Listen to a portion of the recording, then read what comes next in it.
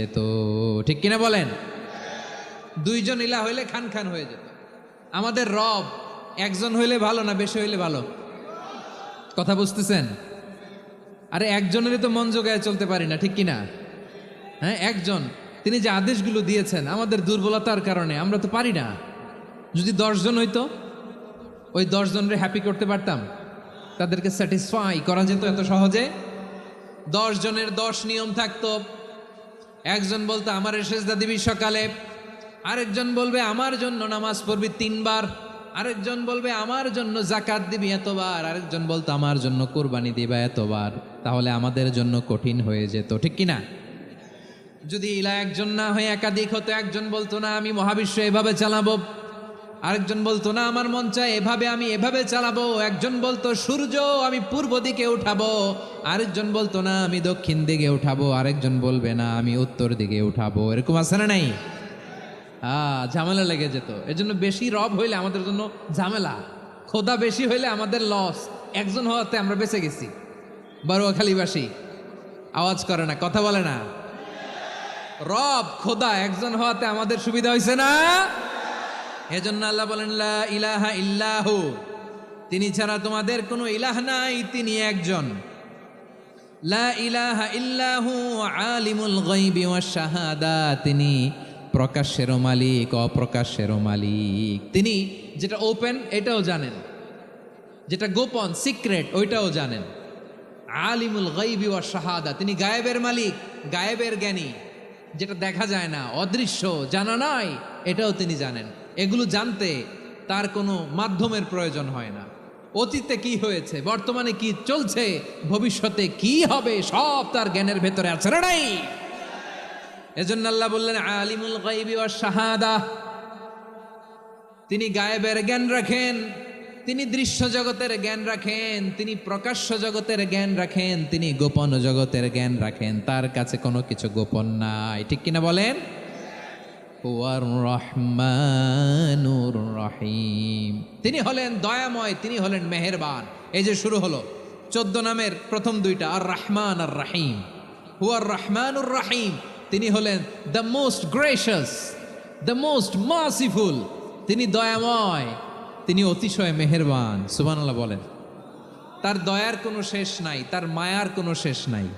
আল্লাহ, তাহলে 14টা নামের মধ্যে কয়টা পাইলাম? একটা কি? আর রহমান। বারোয়াখালীবাসী বুঝে থাকলে আওয়াজ করে বলেন, প্রথমটা কি? 2 নাম্বার আর রহিম। আওয়াজ করে বলেন 2 নাম্বার। আওয়াজ করে সবাই গলা ছেড়ে দিয়ে উত্তর দেন তো, প্রথম নামটা কি? দ্বিতীয় নামটা? আর রহিম।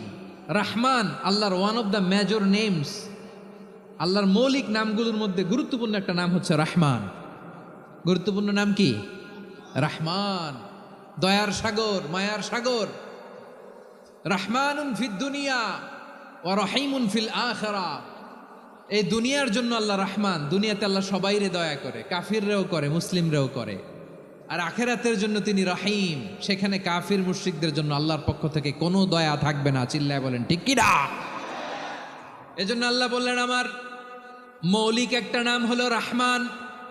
আল্লাহর পরে অন্য কোনো নাম দিয়ে যদি তোমরা আমার নাম প্রকাশ করতে চাও, জপতে চাও, ডাকতে চাও, তোমরা রহমান নামে ডাকো। রব্বুল আলামিন ইরশাদ করেন কুলিদুল্লাহ আউইদুর রহমান আইয়াম্মা তাদউ ফালাহুল আসমাউল হুসনা। আমাকে আল্লাহ নামে ডাকো, কিংবা আমি আল্লাহকে রহমান নামে ডাকো, যে নামেই ডাকো না কেন আমার আছে অনেকগুলো সুন্দর সুন্দর নাম। যে নামেই ডাকো আমি শুনি, ডাকলেই আমি সাড়া দেই। সকালে ডাকলেও সাড়া দেই, দুপুরে ডাকলেও সাড়া দেই, মাঝ রাতেও যদি আমরা বিপদে পড়ি, ডাকলে আমাদের ডাকে সাড়া দেয় কে? সবাই বলুন তো, সাড়া দেয় কে? আবার বিশ্বনবী যখন মক্কায় দাওয়াত দিচ্ছিলেন, তিনি মাঝে মাঝে আল্লাহর নাম বলছিলেন, মাঝে মাঝে তিনি রহমান নাম বলছিলেন। যখন তিনি বললেন ওয়াইদা কিলা লাহুমুসজুদু লিররহমানি ক্বালু ওয়ামার রহমান। বিশ্বনবী মক্কায় যখন মক্কার কাফিরদেরকে, কুরাইশদেরকে বলল তোমরা রহমানকে সেজদা দাও, রহমানের ইবাদত করো, রহমানের জন্য সেজদায় লুটিয়ে পড়ো। মক্কাবাসী বলে রহমান আবার কে? রহমান রে তো চিনি না। রহমান কে? আল্লাহ চিনি, রহমান চিনি না। মক্কাবাসী কি বলে? কারে চিনে? আল্লাহরে চিনে। কারে চিনে না? রহমান কে? তো চিনি না। রহমান আবার কোত্থেকে আসলো? কে Rahman? Who is this Rahman? যখন তারা বলে রহমান রে চিনি না, আল্লাহর গায়রতে আঘাত লেগেছে। আল্লাহ বলে রহমান রে চিনো না, না? তাদেরকে চিনানোর জন্য আল্লাহ ৭৮ আয়াত বিশিষ্ট আর রহমান নামে কোরআনে একটা সূরা নাজিল করেছেন।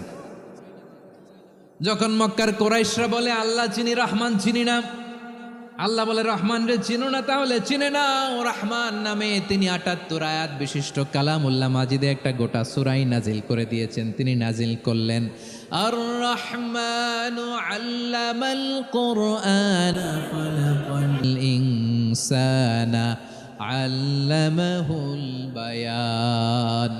দয়াময় রহমান শেখালেন কোরআন, বানালেন ইনসান শেখালেন বায়ান। দয়াময় রহমান শেখালেন কোরআন, বানালেন ইনসান শেখালেন বায়ান। দয়াময় রহমান শেখালেন কোরআন, বানালেন ইনসান শেখালেন বায়ান। পড়েন আল্লাহু আকবার।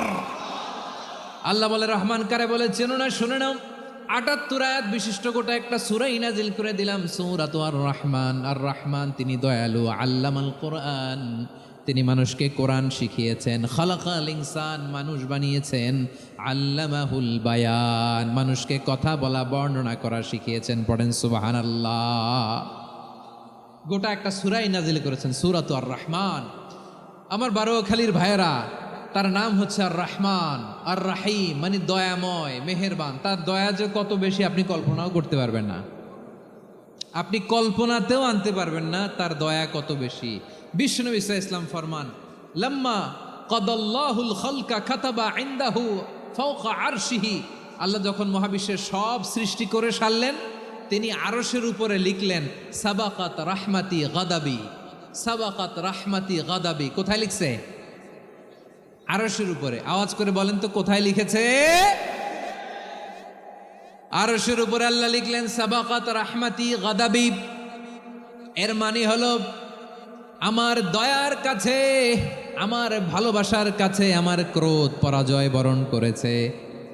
আমার দয়ার কাছে আমার রাগ কিংবা ক্রোধ পরাজয় বরণ করেছে। মানে আমি আল্লাহর দয়া আছে, আবার আমি আল্লাহর ক্রোধ বা রাগ আছে, কিন্তু আমি আল্লাহর রাগের চেয়ে দয়া বেশি। আওয়াজ করে বলেন, আল্লাহর রাগ বেশি না দয়া বেশি? আল্লাহর যদি রাগ থাকতো আমরা বাঁচতে পারতাম? যে পরিমাণে আকাম কুকাম আমরা করি, অপকর্ম করি, অন্যায় করি, জুলুম করে জুলুমের আড্ডাখানা বানিয়ে রেখেছি গোটা দুনিয়াকে, আল্লাহ যদি মুহূর্তে মুহূর্তে রেগে যেতেন আমরা বাঁচতে পারতাম? মহাবিশ্ব সৃষ্টির পরেই তিনি আরশের উপরে লিখেছেন সাবাকাত রাহমাতি গাদাবি, মানে আমি আমার দয়ার কাছে আমি আল্লাহর ক্রোধ, রাগ, ক্ষোভ এটা পরাজিত হয়েছে। সুবহানাল্লাহ বলেন। আবার বিষ্ণু বললেন জাআলাল্লাহুর রাহমাতা মিয়াতা জুজ। আল্লাহ দয়ার ভালোবাসাকে ১০০ টুকরা করলেন, ৯৯ টুকরা দয়া মায়া ভালোবাসা আল্লাহ নিজের কাছে রেখে দিলেন, আর ১ টুকরা দয়া মায়া ভালোবাসা আল্লাহ গোটা বিশ্বের সবার মাঝে ঢেলে দিলেন। দয়া মায়া ভালোবাসা ১০০ টুকরা করে আল্লাহ নিজের কাছে রাখছেন কয় টুকরা? সবাই বলেন ৯৯ টুকরা। আর গোটা বিশ্বের সবার মাঝে ভাগ করে দিয়েছেন কয় টুকরা? এবার এই ১ টুকরার নমুনা দেখেন তো পৃথিবীতে। স্বামী স্ত্রীর জন্য কত ভালোবাসা, বন্ধু বন্ধুর জন্য কত ভালোবাসা, গার্লফ্রেন্ড বয়ফ্রেন্ডের জন্য গলায় ফাঁস লাগায়, আছে না নাই? এই এখন গলার আওয়াজ বাড়ছে ইয়াংদের। হুজুর এখন গার্লফ্রেন্ড বয়ফ্রেন্ডের ভিতরে ঢুকছে, এখন আমরা আছি হুজুর। জেগে উঠছে বারোয়াখালী। দেখেন এই তো কয়েকদিন আগেই তো, কত বছরের ১২ না কত বছরের এক মেয়ে, কত বছর? ১১। ওই দেখেন সব মুখস্থ দুষ্টগুলার, আর কিছু মুখস্থ না থাকলে এগুলো মুখস্থ। ১১ বছরের, তারে কি বলবো, তরুণীও তো না, কিশোরী। এই কিশোরী ভালোবাসার টানে বাপ মা থুইয়া চলে গেছে কোথায়? দেখেন ভালোবাসারে আল্লাহ 100 টুকরা করেছেন, 99 টুকরা ভালোবাসা আল্লাহ নিজের জন্য রেখেছেন, এক টুকরা আমাদের সবাইকে ভাগ করে দিয়েছেন। যত পাখি আছে পৃথিবীতে, যত মাছ আছে, যত প্রাণী আছে, যত মানুষ আছে, যত জিন আছে, আমরা সবাই মিলে পেয়েছি ভালোবাসার কয় টুকরা? আর আরশে আজিমের অধিপতি আল্লাহ, তিনি তার কাছে ভালোবাসা রেখে দিয়েছেন কয় টুকরা? তাহলে এবার আওয়াজ করে বলেন, আল্লাহর রাগ বেশি নাকি দয়া বেশি? আল্লাহ তুমি দয়ার সাগর, রহমানুর রহিম, তোমার দয়ায় পূর্ণ আমার সারা নিশিদিন। সবাই পড়েন, আল্লাহ তুমি দয়ার সাগর, রহমানুর রহিম, তোমার দয়ায় পূর্ণ আমার সারা নিশিদিন। আল্লাহু আকবার। আল্লাহ বলেন, রাহমাতি ওয়াসিয়াত কুল্লা শাই, গোটা বিশ্বের সব জায়গায় আমি আল্লাহর রহমত বিস্তৃত, এমন কোন জায়গা নাই যেখানে আমি আল্লাহর রহমত নাই। ঠিক কিনা বলেন? এমন কোন জায়গা নাই আমি আল্লাহর রহমত নাই। আমি আল্লাহর রহমত ছাড়া গাছের একটা পাতা নড়ে না, আমি আল্লাহর দয়ার রহমত ছাড়া গাছের একটা পাতা পড়ে না, আমি আল্লাহর দয়ার রহমত ছাড়া আকাশ থেকে এক ফোঁটা বৃষ্টি ঝরে না। তিনি হলেন রহমান, তিনি হলেন রাহিম। ঠিক কিনা বলে? আল্লাহরে চিনতেছেন? আলোচনার বিষয় কি? আসুন আমাদের রব কি চিনি। তিনি হলেন আর রহমান, তিনি হলেন আর রাহিম। তার দয়ার কোনো শেষ নাই, তার মায়ার কোনো শেষ নাই। বনি ইসরাইলের এক লোক 500 বছর আল্লাহর ইবাদত করেছে। কয় বছর? কোথায় জানেন? সাগরের মাঝখানে এক পাহাড়, ওই পাহাড়ের উপরে বসে 500 বছর টানা আল্লাহর ইবাদত। দিনে আর রাতে একবার করে নিচে নামতেন। সেখানে আল্লাহ তাআলা পাথরের ভেতর থেকে তার জন্য মিঠা পানির ব্যবস্থা করে দিয়েছেন, আর একটা ডালিম গাছের ব্যবস্থা করে দিয়েছেন। সকালে নামলে একটা টসটসে ডালিম, রাতে নামলে টসটসে ডালিম। এগুলো খেয়ে খেয়ে 500 বছর সে আল্লাহর ইবাদত করেছে। আর সে আল্লাহর কাছে বলেছে, আল্লাহ আমি যখন মারা যাব সেজদারত অবস্থায় যেন মারা যাই। ঠিকই আল্লাহ সেজদারত অবস্থায় সাইয়েদনা আজরাইলকে পাঠিয়ে দিলেন। সেজদারত অবস্থায় লোকটা মারা গেল। 500 বছর ইবাদতের পরে আল্লাহর দরবারে কিয়ামতের কঠিন ময়দানে যখন লোকটা হাজির হয়ে যাবে, আল্লাহ বলবেন, আদখিলু আবদি আল জান্নাতা বিরহমাতি, আমার বান্দাকে আমার দয়া, আমার ভালোবাসা দিয়ে জান্নাতে ঢুকায়া দাও। 500 বছর ইবাদত করছে তো আমার দয়ায় আমার বান্দারে জান্নাত দাও। এই বান্দা বলে, বালবি আমালি, আল্লাহ তোমার দয়া লাগবে কেন? আমি আমার আমল দিয়ে জান্নাতে যেতে চাই। কি দিয়ে? কথা বুঝে নাই বোধহয়। আল্লাহর এই বান্দা কি দিয়ে জান্নাতে ঢুকতে চায়?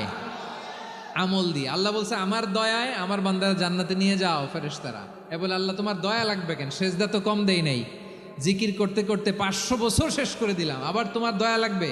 আমি তো আমার আমলেই জান্নাতে যেতে পারি। আল্লাহ বলবেন, তাই ঠিক আছে, আমি চাইলাম দয়া দিয়ে জান্নাত দিব, তুমি চাইলে আমল দিয়ে ঢুকবা। ঠিক আছে, তোমার আমল আর আমার যে দয়া, দুইটার একটু মাপ দেই। তোমার 500 বছরের ইবাদত এক পাল্লায় রাখো। আর আল্লাহ বললেন, আমি যে দয়া করে এই দুনিয়ার নাজ নেয়ামত বিউটি সৌন্দর্য দেখার জন্য তোমার দুটা চোখ দিয়েছিলাম, দুটা নয় একটা চোখ আরেক পাল্লায় রাখো। রাখা হবে, দেখা যাবে ওই 500 বছরের ইবাদত হালকা হয়েছে, আর মুহূর্তের মধ্যে আল্লাহর দেয়া একটা চোখের নেয়ামত ভারী হয়ে গিয়েছে। আল্লাহ বলবেন, তোমার কথা মতো মাপ দেয়া হলো, এবার ফলাফল দেখো। হিসাব বলে, তুমি এখন জাহান্নামে যাবা, go to the hell fire, যাও এবার জাহান্নামে যাও। মাপ জোখে যখন আসছো আমার সাথে হিসাব ক্যালকুলেশন, যাও তুমি এবার জাহান্নামে যাবা। এবার লোকটা কাচুমাচু করে বলে, আল্লাহ আমি বুঝি নাই, আল্লাহ আমি বুঝতে পারি নাই, খেয়াল করি নাই, তুমি আমারে ক্ষমা করো, তুমি আমারে মাফ করো। ও আল্লাহ, এবার আমি টের পেয়েছি, এবার আমি বুঝতে পেরেছি, তোমার দয়া ছাড়া দুনিয়ায় কেউ জান্নাতে যেতে পারবে না, কেউ পারবে না। আল্লাহ বললেন, ওরে গোলাম, তুই তো কিছুই ছিলি না, অস্তিত্বহীনতা থেকে তোরে অস্তিত্বে আনলো কে? ওই ছোট্ট শুক্রাণু থেকে মায়ের পেটে 9 মাস তোরে খাবার দিয়েছে কে? আবার সুস্থতার সাথে দুনিয়ার বুকে তোরে ডেলিভারির ব্যবস্থা করে দিল কে? আবার তোর মায়ের বুকের ভেতরে 2টা খাবারের লাইনের ব্যবস্থা করে দিল কে? আবার তোকে শৈশব পেরিয়ে কৈশোর, কৈশোর পেরিয়ে তারুণ্য, তারপরে যৌবন, এগুলো দান করলো কে? তার চেয়েও বড় কথা, পাহাড়ের মাঝখানে, সাগরের মাঝখানে 500 বছর ইবাদত করার শক্তি তোর গায়ে দিয়েছে কে? এই সাগরের মধ্যে লোনা পানি, লবণের পানি মুখে দেয়া যায় না, সেখান থেকে আমি পাহাড়ের ভেতর থেকে মিঠা পানির ব্যবস্থা করে দিলাম। ওই জায়গায় তোরে রিজিকের বন্দোবস্ত করলো কে? সকাল বিকাল 2 বেলা টসটসে ডালিম খাওয়ার ব্যবস্থা করে দিল কে? তোর আবদার ছিল আল্লাহ আপনি আমার সেজদারত অবস্থায় রুহু কবজ করবেন, তোর শেষ আবদারটাও পূরণ করেছে কে? ও গোলাম, আমার রহমতের তুলনায়, আমার নেয়ামতের তুলনায় তোর 500 বছরের ইবাদতের কোনো ওজনই হবে না। গোটা বিশ্বের কেউ কোনোদিন আমার জান্নাতে ঢুকতে পারবে না আমি আল্লাহর দয়া ছাড়া। হুয়ার রহমানুর রহিম, তিনি দয়াময়, তিনি মেহেরবান। জিব্রাইল আলাইহিস সালাম বিশ্বনবীর এই লম্বা হাদিসটা যখন শোনালেন, আমি যা যা বলছি এটা বিশাল এক হাদিসের অনুবাদ। বললেন, ইয়া মুহাম্মদ, এই দুনিয়ার সবটাই চলে আল্লাহর রহমত দিয়ে। হাদিসের শেষ কথা, সব চলে আল্লাহর কি দিয়ে? তখন বিশ্বনবী সাহাবাদের বললেন, ও সাহাবারা শোনো, আল্লাহর জান্নাতে কেউ কোনোদিন প্রবেশ করতে পারবে না তার রহমত ছাড়া। সাহাবারা বললেন, ইয়া রাসূলুল্লাহ, আপনিও না? আপনিও কি আল্লাহর রহমত ছাড়া প্রবেশ করতে পারবেন না? বিশ্বনবী বললেন, না, আমিও না। আমি বিশ্বনবীও আল্লাহর জান্নাতে আল্লাহর রহমত ছাড়া ঢুকতে পারবে না। তবে কিয়ামতের দিন আল্লাহর রহমত আমার চারদিকে বেষ্টনী দিয়ে থাকবে। আল্লাহ নিজের পরিচয় দিয়ে বললেন, আলিমুল গায়বি ওয়াশ শাহাদাতি হুয়ার রহমানুর রহিম। আমি হলাম রহমান, আমি রাহিম। আল্লাহরে চিনছেন? ওবারও খালির ভাইয়ের, আপনার রবকে চিনতে পারতেছেন? তিনি দয়ার সাগর, তিনি মায়ার সাগর। তার দয়ার সাগর যে কত বড় আপনার কল্পনাতেও নাই। এজন্য আপনার পাপ যত বড় হোক, অন্যায় যত বড় হোক, অপরাধ যত বড় হোক, আপনার জুলুম যত বড় হোক, আল্লাহর রহমান নামের দরিয়া তার চাইতেও বড়।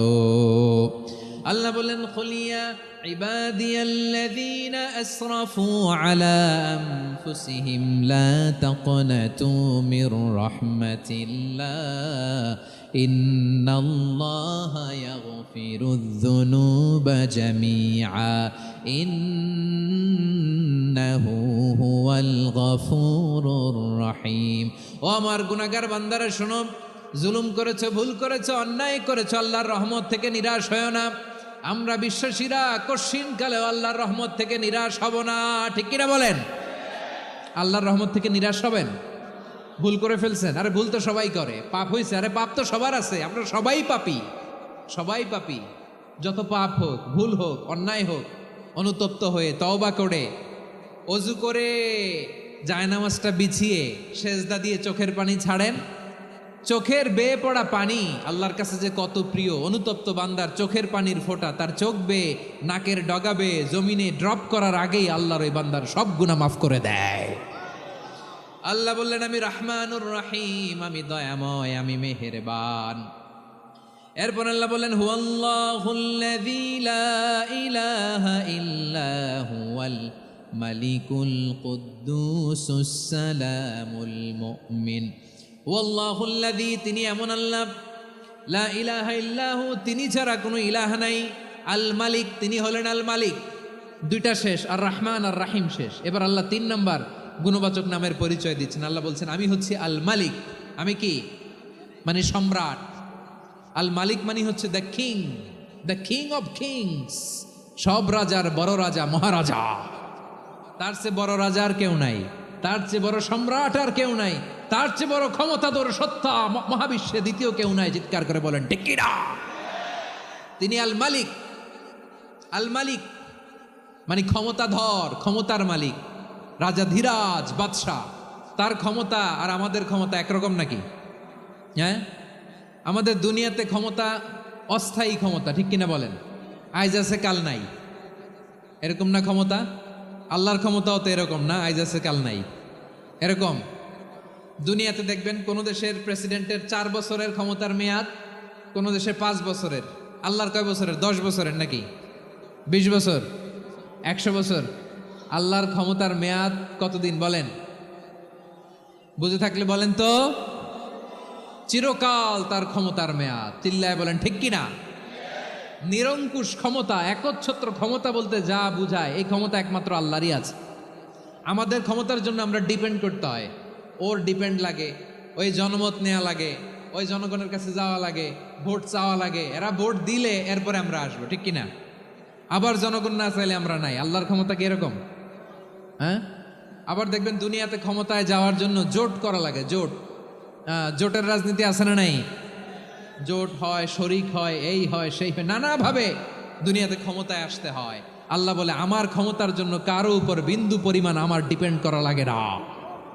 সৃষ্টি শুরু থেকে আমি ক্ষমতার চেয়ারে বসা, মহাবিশ্বের শেষ পর্যন্ত, সীমাহীন ভবিষ্যৎ পর্যন্ত আমি ক্ষমতার চেয়ারে থাকব। আমি হলাম আল মালিক। আমার ক্ষমতার কোনো কমতি নাই, কোনো ঘাটতি নাই। কেউ আমার ক্ষমতা থেকে নামাতে পারবে না। পারা যাবে? এই যে আমরা ফ্যাসিস্ট সরকারের যে আপনারা নামাই দিছেন গণ অভ্যুত্থান করে, মনে আছে? 5ই আগস্টের কথা ভুলে গেছেন এত তাড়াতাড়ি? মনে আছে? আছে। তা আমরা সবাই মিলে যদি একটা গণ অভ্যুত্থান করি, তাইলেই তো আল্লাহর ক্ষমতার চেয়ার থেকে নামায় ফেলানো যায়। হ্যাঁ, যাবে না? পারবো না আমরা? কি বলে, পারা যাবে না? আচ্ছা, আমরা না হয় পারলাম না, জিন জাতি যদি আমাদের সাথে জয়েন করে, ম্যানকাইন্ডের সাথে জিনকাইন্ড, ইফ দে জয়েন আস, সবাই মিলে একটা গণ অভ্যুত্থান, রেভলিউশন, ডেমনস্ট্রেশন, প্রোটেস্ট, সবাই মিলে যদি একটা অভ্যুত্থান করি, তাইলেই তো আল্লাহর ক্ষমতা শেষ। আওয়াজ করে বলেন, তাইলেই কি আল্লাহর ক্ষমতা শেষ হবে?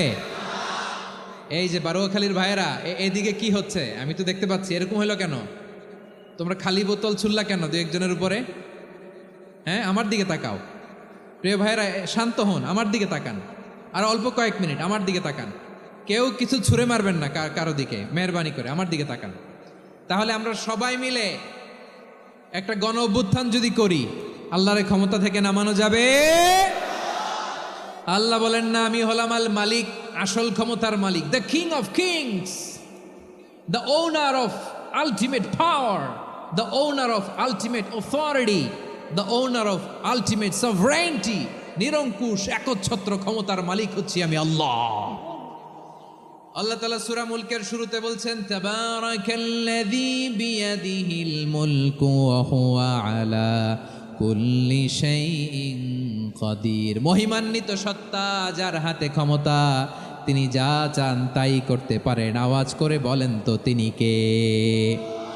আবার আল্লাহ বলেন, কুলিল্লাহুম্মা মালিকাল মুলকি তুতিল মুলকা মান তাশাউ ওয়া তানজিউল মুলকা মিম্মান তাশা ওয়া তুইজ্জু মান তাশাউ ওয়া তুযিল্লু মান তাশাউ বিয়াদিকাল খায়র ইন্নাকা আলা কুল্লি শাইইন কাদির। আল্লাহু আকবার। এ নবী, আপনি বলুন, আল্লাহুম্মা মালিকাল মুলক, আল্লাহ আপনি ক্ষমতার মালিক। তুতিল মুলকা মান তাশা, যাকে চান তারে ক্ষমতার চেয়ারে বসান। ওয়া তানজিউল মুলকা মিম্মান তাশা, যাকে চান তাকে ক্ষমতার চেয়ার থেকে ছুঁড়ে ফেলে দেন। তিনি কে? ক্ষমতার চেয়ারে বসায় কে? আবার মনে চাইলে আস্থা করে ছুঁড়ে নিক্ষেপ করেন, তিনি কে? আবার আল্লাহ বললেন, ওয়ালাম ইয়াকুল্লাহু শারীকুন ফিল মুলকি, আমার ক্ষমতায় কোনো শরিক নাই, কোনো জোট নাই, কোনো পার্টনার নাই, কোনো অংশীদার নাই। আবার আমি চলে গেলে আমার ক্ষমতার দাবিদারও কেউ নাই। আল্লাহু আকবার। এই দুনিয়াতে রাজা মারা গেলে পরের রাজা কে হয়? রাজার ছেলে রাজা, ঠিক কিনা বলেন? আল্লাহ চলে গেলে আরেকজন বসবে নাকি? এরকম না, তার ক্ষমতার সাথে দুনিয়ার ক্ষমতার কোনো মিলই নাই। এজন্য তিনি তার নাম দিয়েছেন আল মালিক। আল মালিক, the owner of power, the owner of ultimate power and sovereignty, the king of kings, সব রাজার বড় রাজা, মহারাজা আল মালিক, তিনি হচ্ছেন আল্লাহ। চিৎকার করে বলেন ঠিক কি না? তিনি আসল ক্ষমতার অধিকারী। দুনিয়াতে যে আমরা ক্ষমতা নিয়ে কামড়াকামড়ি করি, মারামারি করি, কিয়ামতের দিন আল্লাহ জিজ্ঞেস করবেন, কই তোদের ক্ষমতা আজকে বল। কিয়ামতের সময় সব মানুষগুলো যখন ইন্তেকাল করবে, সব জিনেরা যখন ইন্তেকাল করবে,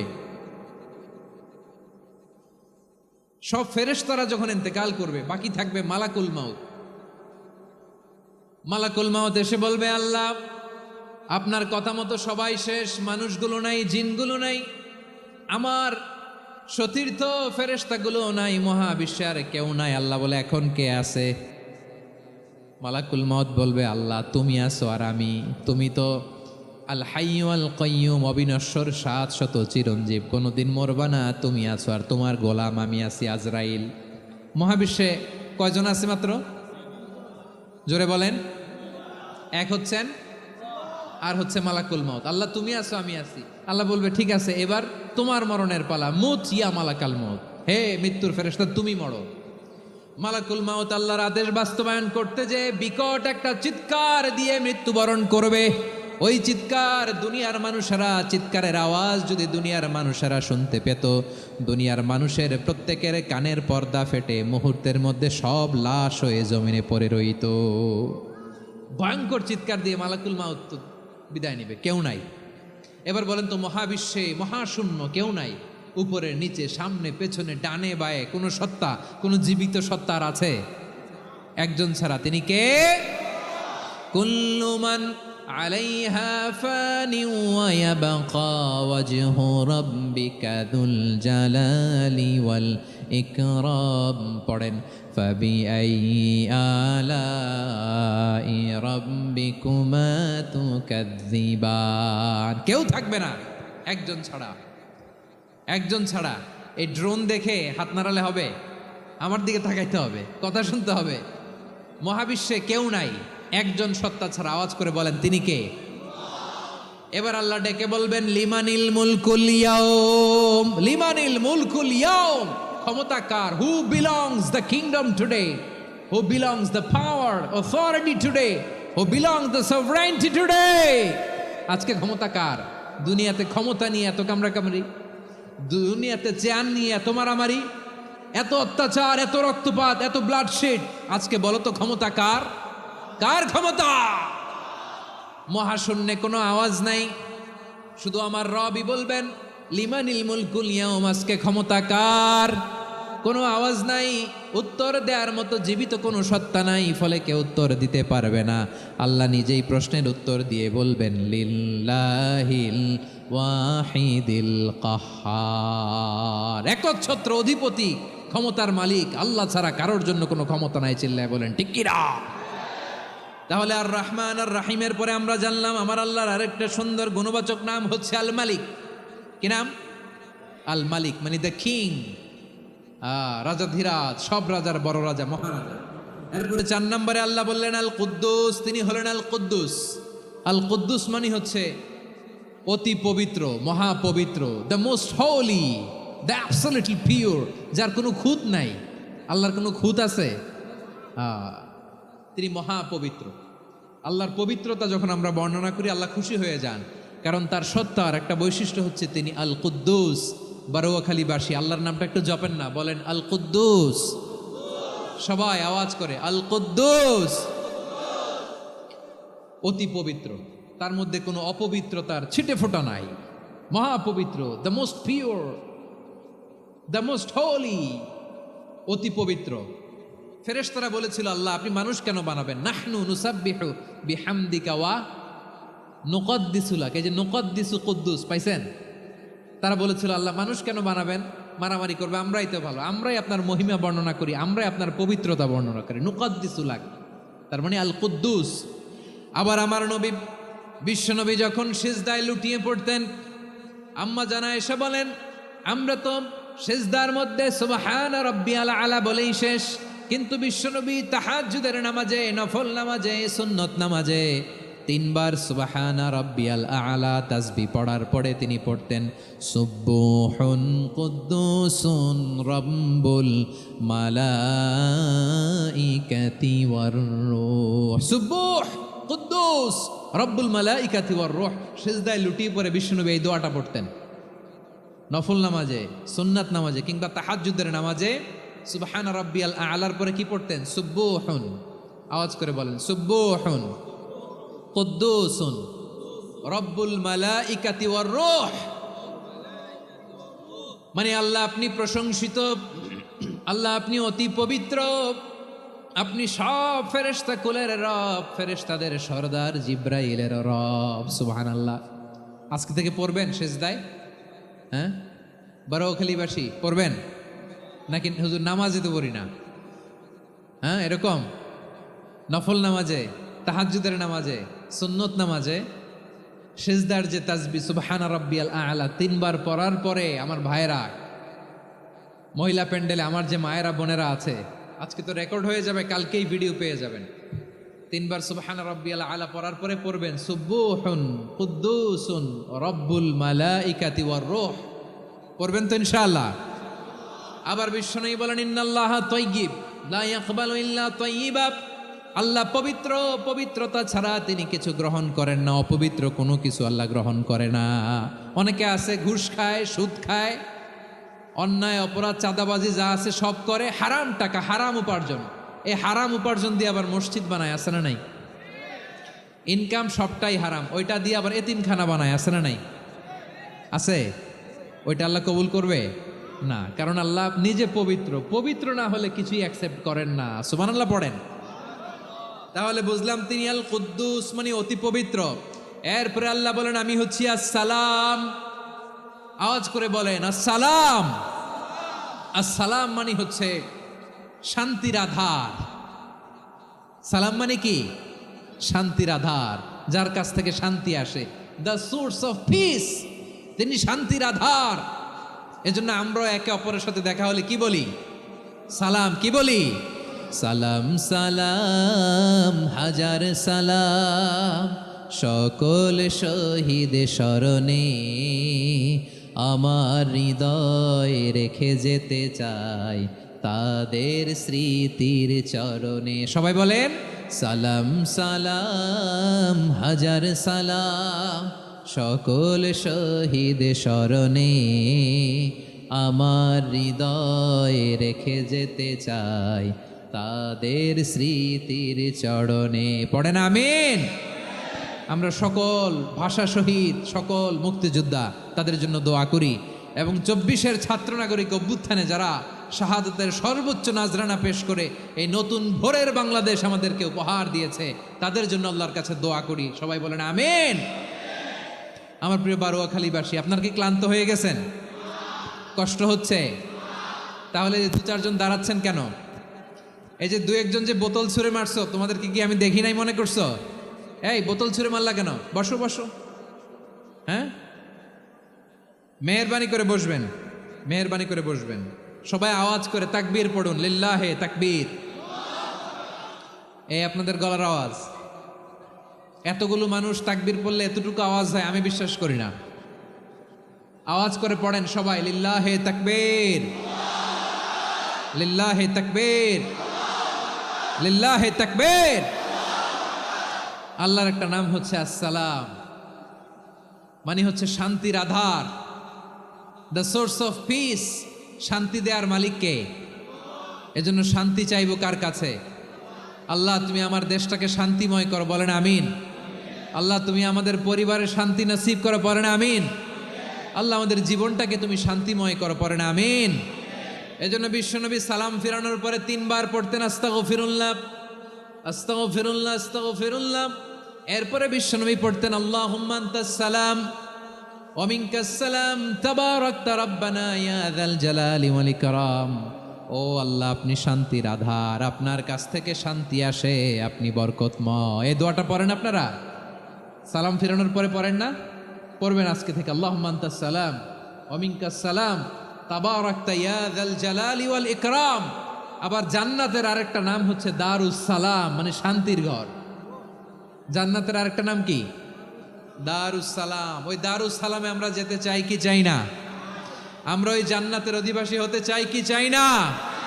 এই বারোয়াখালীর ঐতিহাসিক তাফসীরুল কোরআনের ময়দানে আমরা যেমনি একত্রিত হলাম, আল্লাহর জান্নাতেও যেন আমরা এভাবে একত্রিত হতে পারি। আল্লাহ তুমি কবুল করো। আওয়াজ করে পড়েন আমিন।